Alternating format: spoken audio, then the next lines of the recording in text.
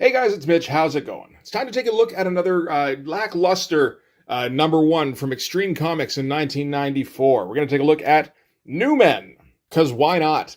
So just before we get into it, if you enjoy the channel, if you feel like you might want to help out a little bit, go over and subscribe on my Patreon. Gives you early access to everything I do, helps out the channel, and helps to buy new comics.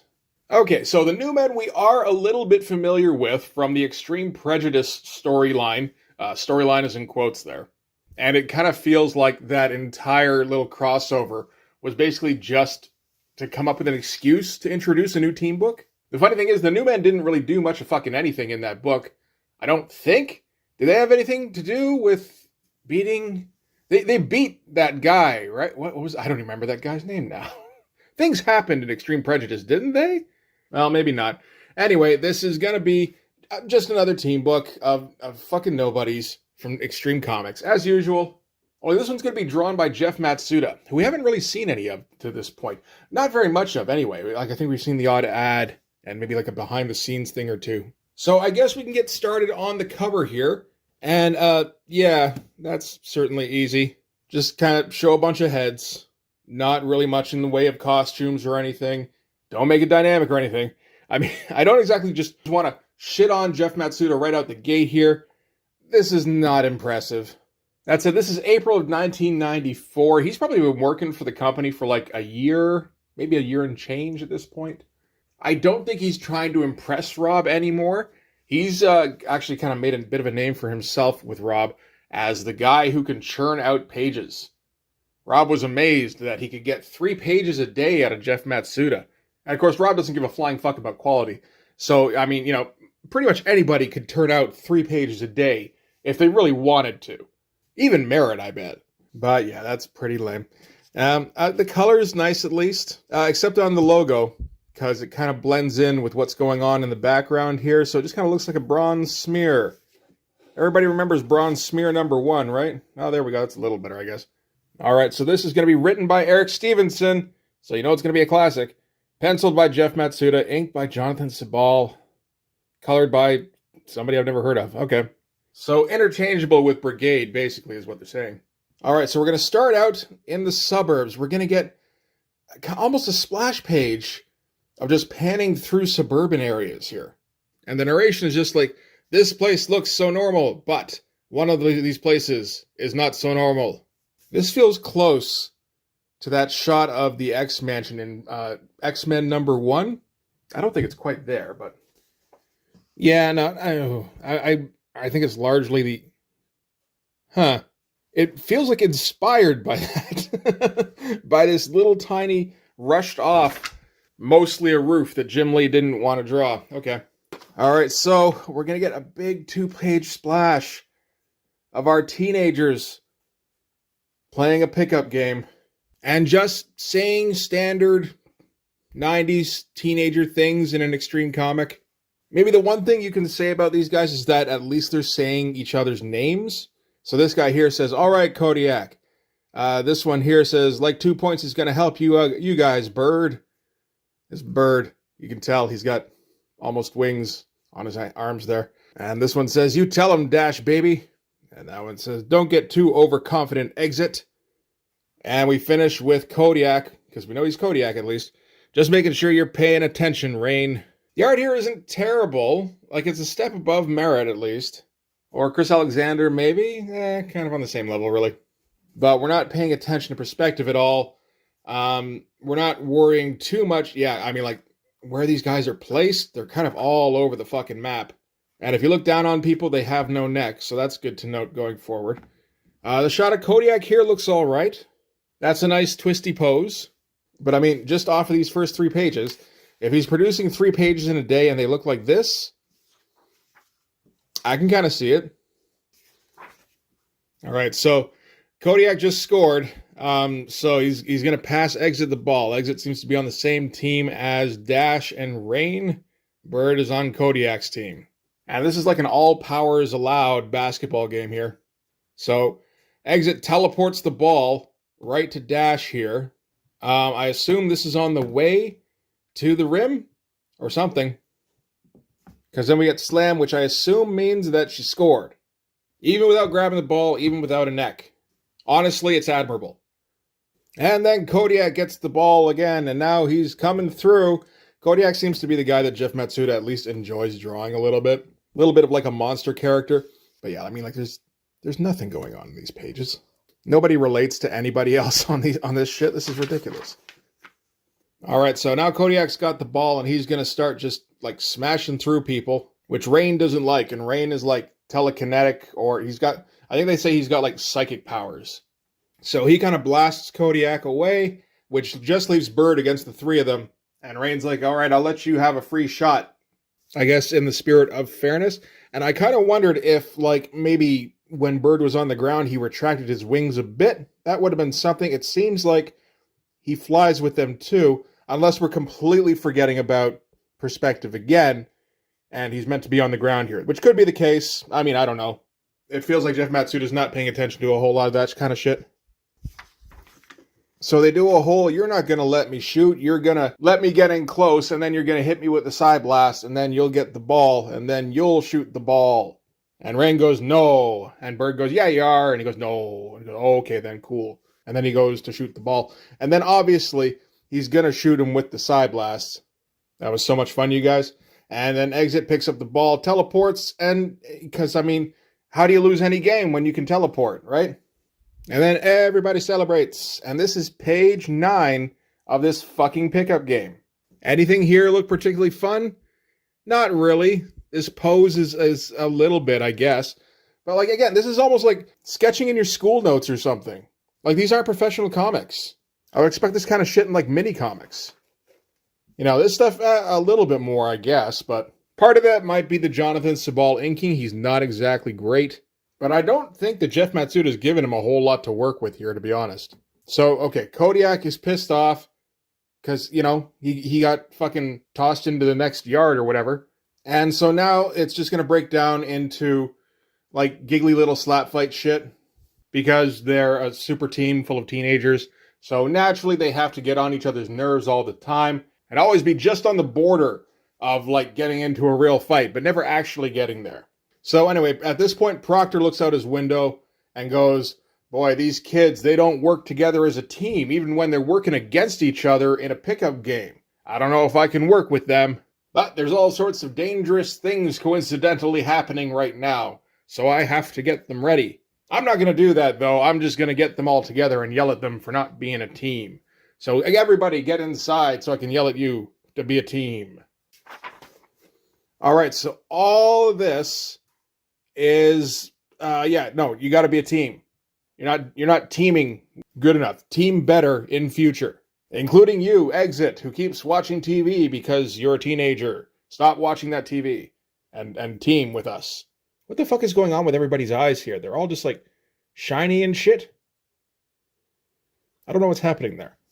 I guess Jeff Matsuda just thinks that texture looks cool. I don't know.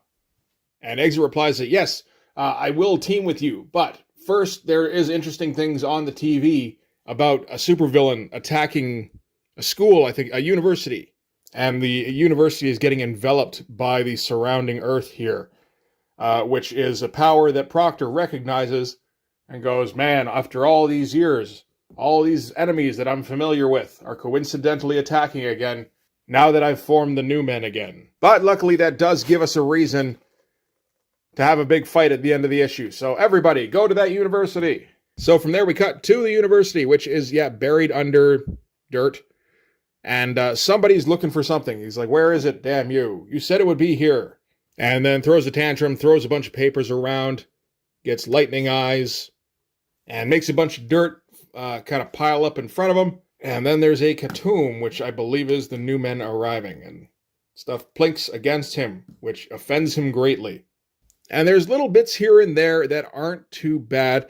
Like this thing here in the background with this unnamed villain just kind of standing around hunched over stuff. That looks like a cool looking Jay Lee kind of thing, or the beginning of one anyway. The eyes up here, that's not too bad. That's about it though. No backgrounds fucking anywhere in here. We're doing, this is bare minimum shit. This is a guy who can churn out 3 pages a day. Like he's a little talented, but by no means is this good enough. And then we get a big old 2-page splash. Okay, this is a little better. So we finally get our big shot of everybody assembled, and Rain is the leader of the Newmen. So he says, "You're not going anywhere, guy who's unnamed, and will remain so, at least for the moment, until you explain to us why you made dirt rise up around the university. What's up with all this dirt? And if you don't explain, then you'll have to face the Newmen." But yeah, for the most part, decent shot. Most of the anatomy is okay. I feel like the villain here is kind of the best part of it so far, really. These guys, like, they're like 90% there for a decent shot of a guy standing.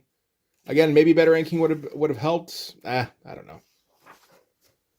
And of course, the villain recognizes the name of the Newmen, because this is, I assume, what they're going to do for the first few issues is fight the enemies of the old Newmen for a while. That's a bit of an idea, I guess. But anyway, we find out this guy is called the Elemental, because Rob was in the E section of the dictionary when he was naming characters that day. And he's got a grudge against the Newmen for scarring him up. And that's about it. "And you Newmen better stand aside and let me pass." And Rain repeats what he said before, because it's Eric Stevenson scripting. He goes, "No can do, bud." Oh, he actually fucking said that. He does say "no can do, bud." "I still want to know what it is you're doing here. And reciting your biography doesn't fit the bill." And we've still got a couple pages left to kill in this particular part of the comic, so he's not going to tell him anything just yet. So Exit teleports in, taps him on the shoulder so that he can hover there and go, "Yeah, I can waste time with the best of them. What I think Rain's trying to tell you is that the jig is up." Well, he doesn't say that. He says the gig is up. But okay. And Elemental says, "I don't think it is." Because again, Eric Stevenson on scripts, nothing clever is going to happen around here. And then he uses the element of bricks on Exit here. That's kind of a cool shot. There's a couple cool shots on these pages. Like, I like this whole treatment here. Jeff Matsuda seems to have a bit of a grasp on doing some interesting shadows. He does them around here. Yeah, I mean, that's kind of the least likely place they'd be, what with the light source right here. But like under the chin here and everything, and yeah, on the legs and all. Yeah, he kind of knows what he's doing to not just do basic shadow work. All right, so after all that, I guess Exit is knocked out, and he kind of grabs, he makes like a hand out of the brick, that brick element. And we still don't know what his objective is here. Like, he doesn't even really say he wants to leave. He's just like, haha, I'm winning so far. And kind of a Joe Mad looking hand here, actually. I guess we're not too far off from that becoming like the predominant style to steal from. So the rest of the Newmen look at him all mean, and he picks up the little hill they're on, which is more dirt, and he crashes it. See, crash. So far, he just does dirt things. And we got some classic bad Eric Stevenson dialogue in here, like, "Rain, I don't know if I like the sound of this." And the bad guy goes, "Believe me, dear child, pleasing you was never my intention." Intimidating. And then Bird wasn't knocked out when he picked up the dirt, which makes some sense. I assume he was flying around. And says, "Now that we've finally resolved what your true intentions are," we haven't done that at all, "I'd say it's high time we put a stop to them. We just found out he doesn't want to make the Newmen happy." And he says, "Let me return some of your trash to you," and throws Exit at him. And then says, "And to think you actually call yourselves Newmen." Which does cut deep, I'm sure, because then Rain looks like he does something pink at him. Yeah, none of this art is particularly great. Like, everything's like almost competent, I suppose. Kind of like a Dan Fraga. A little better than Dan Panosian around this time. Okay, so Rain's holding him telekinetically somehow, and the Elemental says, "Fool, do you really believe your meager psionic abilities can hold me?" And he goes, "I guess I do," and smashes him with his psionic abilities. So then Kodiak goes over to just like stand over the smoking crater, and at that point the Elemental, I don't know, like explodes in the crater, essentially. Like, we're getting to the point of the fight here where it's both boring and excessive at the same time. Nothing really interesting has happened. We haven't learned anything. We haven't even gotten particularly cool shots of our characters using their powers or something. Okay, so we're at the point in the fight where the Eric Stevenson villain says, "It is time I put an end to this foolishness once and for all." I think we're about 7 pages in. That sounds about right. So he picks up Kodiak, I guess with like a gust of wind. So that's something that's not dirt. Way to go. And yeah, so just tosses him right out of the university here. Okay, so then Dash runs out here. Elemental starts doing like clay-face dirt stuff at Rain and in the general vicinity of Bird, because Bird's not on the ground. Oh, looks like he caught him. Good job. Okay, so Rain and Bird are caught by the dirt. Kodiak is somewhere unconscious. Exit is closer unconscious, and Dash seemingly took off. And while the villain is expounding here, such as Rain says, "Come down here and fight like a man," because, oh, fuck's sake, we didn't use that cliche yet. And he goes, "Bah, your petty insults do little to faze me, whelp. One of my power is far beyond reliance on mere physical combat. With my power to control the elements." And we actually don't get to hear the full monologue because Dash runs in and snatches the cord off his little, like, collar thing. He's got, like, a techno collar. And turns out he needed that to breathe. So, they kind of win now. Looks like Dirt Wind, because those are the only elements he used, flies away. And Bird says, "I've got him." So I assume he's got him, because we never get that contradicted. So now they just need to track down Kodiak.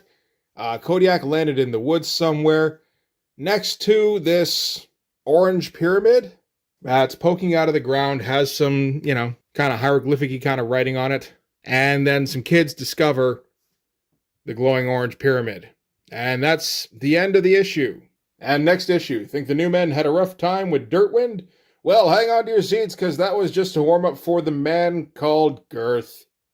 So, I mean, kind of a decent ending to the fight. It got very truncated. Like, we could have done with another page of him staggering around or something, or like them actually capturing him instead of kind of shoving it into the last panel here. You think you could have sacrificed one page from earlier in the fight, or one of the 11 pickup game pages. But yeah, I mean, it didn't just end with a punch, and kind of predating Dark Knight Rises, so that's something. And then we get some behind-the-scenes stuff. Theoretically sketchbook stuff. Again, this looks like the kind of shit you draw in margins, though. This looks okay. I assume this is all Jeff Matsuda. This stuff all looks like rough as shit, though. And I mean, you can do rough as shit character designs. Nobody gives a shit. But, like, don't go showing them off. If you don't have decent behind-the-scenes stuff to show, just, like, throw in more ads. And, yeah, there's your extreme checklist. Got them. Got them all. There's Girth. Girth is a circle template. And I'm pretty sure he's, like, a recurring villain in Newmen, too, because this is the quality of book this is. It is copyright Rob Liefeld, though, so I guess Jeff Matsuda didn't come up with it. And then, at the very end of the book, you see, oh, shit, there is an actual decent artist working at Extreme Studios. He's not working on this one, though. You kind of wasted your money. So, yeah, that's it for Newmen #1. This is another one of those ones I picked up where I was looking at how to make a #1 team book. And at the time, I didn't realize that they'd first popped up in Extreme Prejudice. I don't know that would have given me a whole lot more context, really. But again, cemented the opinion that you don't need to put any effort into the first issue of a team book. This one had 11 pages of a pickup game, followed by 2 pages of finger wagging, and then another 13 pages of fighting. Because again, this is what happens when you take guys in their early 20s who can draw a little bit. Like they're pretty decent. 4 guys in their early 20s, and you go, okay, you determine where the comic's going. And they're like, cool, I like that bit in X-Men #4 when the X-Men were playing the pickup game, so I'm going to make that half of the comic. Like, at some point, I kind of want to put a pickup game or something similar in Blood Force, but at the same time, like, it's such a waste of fucking pages. Like, Claremont did it in X-Men so that he could put in some fun characterization. And, they're going for that here. It's just that Eric Stevenson cannot write likable characters, so the whole exercise is pointless. Anyway, I debated even whether or not to go over this issue because there's just so much fucking nothing. But we did it. We're through. Now we never have to look at another Newmen book again. I think I do have another one, but I'm not going to look at it. I refuse. So yeah, that's going to do it for this one. Thanks very much for watching. If you like this video, please hit like, hit subscribe, hit the notification so you know when the next one's coming out. Go over and subscribe on my Patreon. That'll give you access to everything I do, from the Blood Force stuff to the YouTube videos before they get uploaded to YouTube, as well as some Patreon exclusive content. You can also follow me on Instagram and DM me there for commissions. And you can go and join the Blood Force Discord server, where you can bandy about ideas for a team book number 1 that are easily on a par with anything Extreme Studios put out in the 90s. But anyway, yeah, that's going to do it. Thanks again for watching. I'll see you guys in the next one. Bye-bye.